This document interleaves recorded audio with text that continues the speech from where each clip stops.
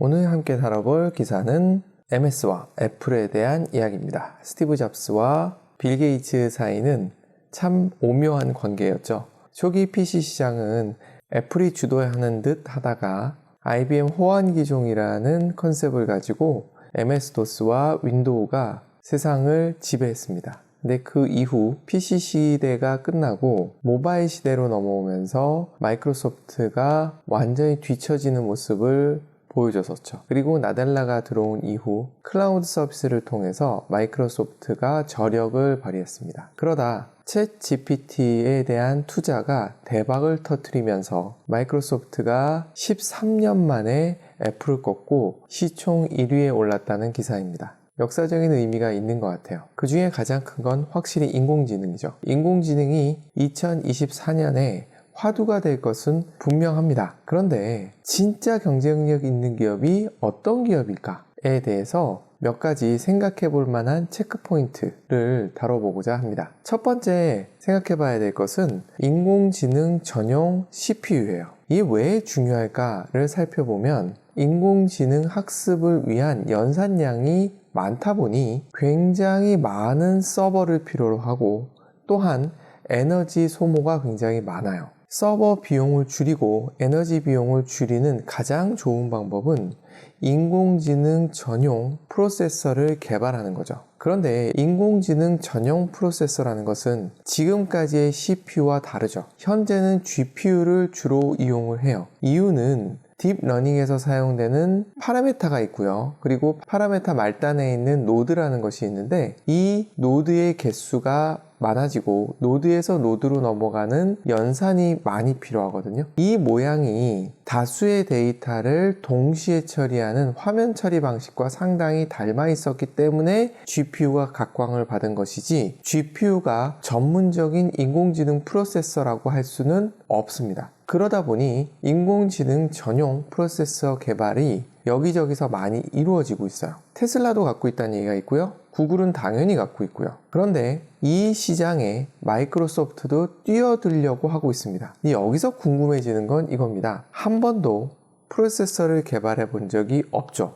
물론 구글도 전혀 해본 적이 없는 기업이었는데 뛰어들었고 전용 인공지능 프로세서를 갖고 있어요. 마이크로소프트도 당연히 성공할 수 있겠죠. 그리고 소프트웨어 기업이기 때문에 소프트웨어 중심으로 돌아갈 인공지능 전용 프로세서를 개발을 할 수 있을 거라고는 보여집니다. 단지 그 퀄리티 차이들은 분명히 있을 거예요.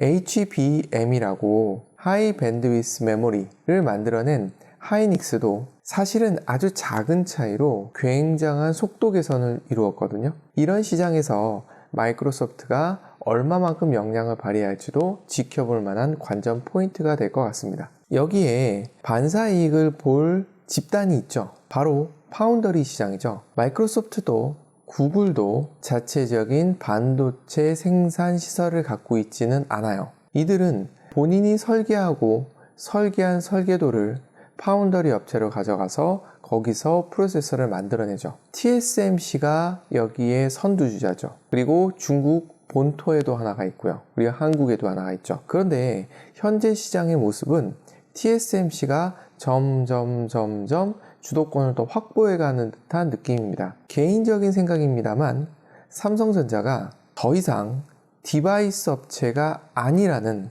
그런 정체성을 가지게 된다면 그리고 소프트웨어에 대한 역량을 넘어선 철학을 가지게 된다면 삼성도 파운더리 시장에서 힘을 낼 수 있다고 생각이 듭니다. 가장 신경이 쓰이는 기업은 바로 애플이에요. 애플은 모든 걸 갖고 있죠. 물론 파운더리는 갖고 있지 않아요. 그래서 주로 TSMC랑 일을 합니다만 애플은 소프트웨어 기업이었고 디바이스 기업이었는데 이 기업이 프로세서를 만들기로 결심을 하면서 CPU, 기존의 프로세서와 GPU를 하나의 하드웨어에 넣는 시도를 했습니다. HBM이 여러 개의 메모리를 하나의 칩에 넣음으로써 속도를 늘렸죠. CPU하고 GPU가 서로 다른 공간에 있게 되면 홍해를 건너야 되는 겁니다. 그러다 보면 여기서 바틀렉이 생겨요. 이 부분을 극복하고자 하나의 칩 안에 넣어버렸습니다. 그럼 속도는 빨라질 수밖에 없어요. 다른 기업들이 이렇게 하지 않았던 이면에는 무엇이 있느냐 하면 칩 하나하나가 커져요. 외형적인 크기를 얘기하는 것이 아니라 안에 들어가 있는, 흔히 웨이퍼라고 불리우는 것 안에 들어가 있는 그 부품 하나가 커지는데, 부품이 커지면 그만큼 수율은 떨어집니다. 그거를 소프트웨어적으로 해결한 것이 애플이에요. 지금 현재 AI 시장은 GPU를 쓰고 있죠. 하지만 그 이상의 무언가를 만들어낼 수도 있을 겁니다. 메모리를 어떻게 구성하고 그리고 연산장치를 어떻게 구성하느냐에 따라 달라질 거예요. 그런데 그런 비슷한 행위, 아니 도박 같은 행위들을 해오고 있는 기업이 애플입니다. 그렇기 때문에 저 기업이 과연 이 프로세서 시장에서 조용히 계속 있을 것인가, 숨어서 무엇을 하고 있다가 완성이 된 무언가를 들고 짜잔 하고 나타날 가능성을 배제하기는 상당히 어렵습니다. 워낙 신비주의고 비밀이 많은 회사라서요. 여기에 또 하나의 기업이 등장합니다. ARM입니다. ARM은 Reduced Instruction Machine, 그 앞에 Advanced가 붙은 거거든요. Reduced Instruction이라는 거는 꼭 필요한 인스트럭션만, 명령어만 처리하겠다는 거예요. 인텔의 CPU는 시스크 머신이라고 해서 언젠가 쓸지도 모르겠다 싶은 인스트럭션, 명령어까지 하드웨어적으로 처리할 수 있게 만들어둔 방식을 택했어요. ARM은 꼭 필요할 만한 것만 집어넣는 방식을 택했습니다. 이게 효율이 높았던 거죠. 그러면서 ARM 라이브러리를 사다가 이것을 이용해서 자체 CPU들을 만들기 시작했어요. 이런 방식 때문에 거의 모든 소프트웨어 기업들이 프로세서를 자체적으로 개발할 수 있게 된 거죠. 그렇기 때문에 마이크로소프트도 구글도 만들 수 있었고 애플도 당연히 만들 수 있었습니다. 이 세 기업은 거의 동일선상에 있다 해도 과언이 아니에요. 왜냐하면 이 세 기업의 공통점은 모두 운영체제를 갖고 있다는 겁니다. 그리고 그 운영체제가 사용되는 디바이스도 굉장히 많다는 거죠.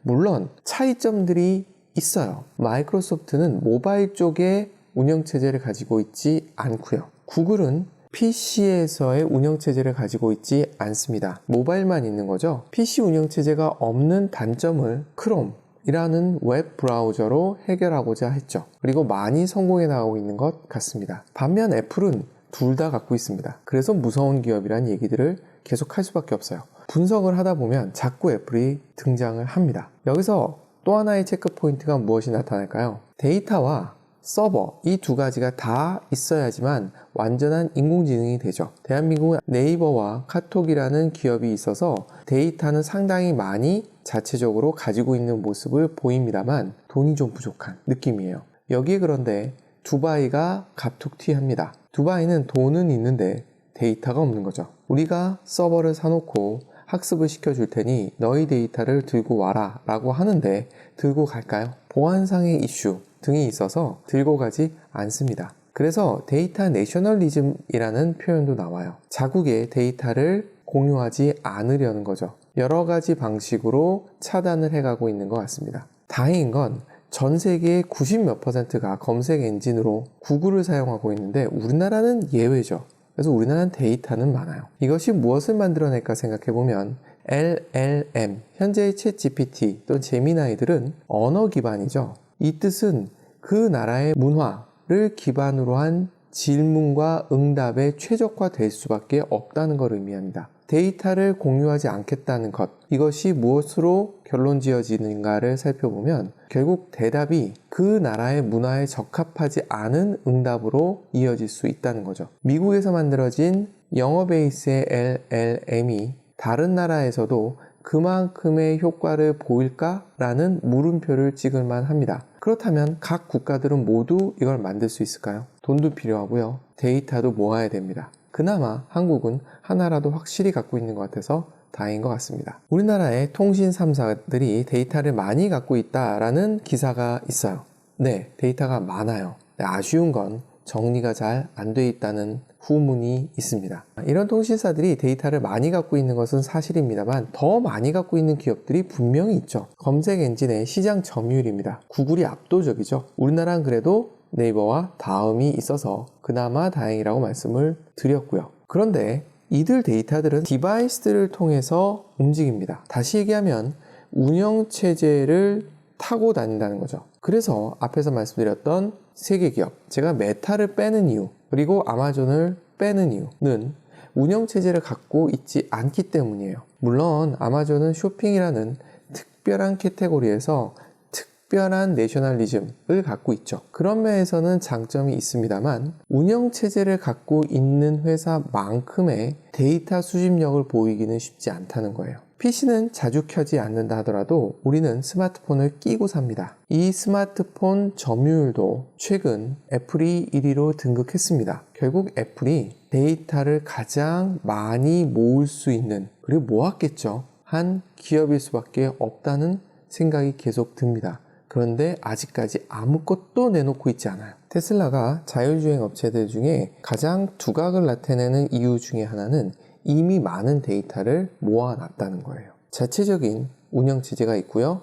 이 운영체제를 쉐어하겠다라고 앨런 머스크가 얘기했죠. 나눠주는 것 같지만 사실은 그렇죠. 흔히 마이크로소프트가 클라우드 서비스를 하고 있기 때문에 데이터가 많을 거라고 생각을 합니다. 많죠. 많이 갖고 있습니다만 이 데이터는 학습용으로 쓰기에는 문제가 많습니다. 만약 함부로 학습용으로 쓰게 되면 클라우드 서비스를 이용한 사람들이 줄어들 거예요. 마이크로소프트의 장점은 뭐냐면 워드 프로세서가 있고 이것이 클라우드 서비스 형태로 돈다는 것이지만 단점은 그 데이터를 함부로 건드리기가 상대적으로 어렵다는 겁니다. 클라우드 서비스 기업들을 쭉 나래비를 세우는 걸 보게 되면 아마존, 마이크로소프트, 구글 등이 보이지만 애플은 보이지 않아요. 애플이 없을까요? 클라우드 서비스를 한다고 해서 반드시 데이터가 많은 걸까요? 그 데이터를 다 이용할 수 있는 걸까요? 이런 질문을 반드시 던져봐야 된다고 생각합니다. 결국은 데이터는 함부로 쓸 수 있는 것은 아니에요. 개인 겁니다. 마지막으로 이 부분을 생각해 봤으면 좋겠습니다. 챗 GPT의 등장으로 공포감에 휩싸인 사람들도 많고요. 그리고 완전히 새로운 세상에 대한 이야기를 하시는 분들도 많습니다. 여기서 체크포인트는 챗 GPT 그리고 구글의 제미나이는 전문가가 아닙니다. 단지 질문의 기반으로 확률 계산을 해서 지식인에 있는 데이터를 쏟아내는 듯한 느낌입니다. 물론 지식인만이 아니라 세계의 도처에 퍼져 있는 데이터들을 기반으로 확률 통계에 의해서 문장을 만들어내는 겁니다. 이 이면에는 무엇이 숨어 있느냐 하면 챗 GPT도 제미나이도 문맥을 이해하고 있는 것은 아니라는 겁니다. 그저 확률 계산일 뿐이라는 겁니다. 스티브 잡스는 모 회사 연구소에서 마우스와 GUI의 컨셉을 훔쳐왔다고 얘기합니다. 결국은 있는 것을 어떻게 조합해서 더 완성도 있는 서비스로 만들어내느냐가 관건인 것 같은데 잡스는 그걸 해낸 것 뿐입니다. 제가 보는 LLM은 새로운 유저 인터페이스의 시작일 뿐입니다. 누군가가 이 신개념의 유저 인터페이스를 이용해서 사람들에게 꼭 필요한 서비스를 만들어낼 겁니다. 그 사이엔 무엇이 필요하냐면 알고리즘이 필요한 거죠. 예를 들어 챗GPT가 1 더하기 1을 계속 틀렸어요. 그러면 챗GPT나 제미나이가 틀린 정보를 내놓지 않게 하기 위해서는 거기에 무언가의 조치가 필요한 거죠. 문장을 더 집어넣어 주기도 하죠. 공손하게라든가 너는 생명공학의 전문가야, 너는 법률 전문가야, 이런 걸 집어넣기도 한다고 합니다. 적절한 알고리즘을 통해서 필터링을 하거나 기존의 데이터를 적절히 찾아서 보여주게 하는 방식을 택할 수도 있습니다. 어디로 갈지는 아무도 몰라요. 하지만 이런 것들을 많이 해본 기업이라면, 사람들의 마음을 읽어낼 수 있다면, 사람들이 정말 필요로 하는 유저 인터페이스가 무엇인지를 깨닫고 그것을 서비스에 적절히 적용할 수 있다면 그 기업이 세계 최강의 기업이 될 것이 분명해요. 정리해보면 하드웨어적인 부분이 있었어요. 그리고 데이터적인 부분이 있었어요.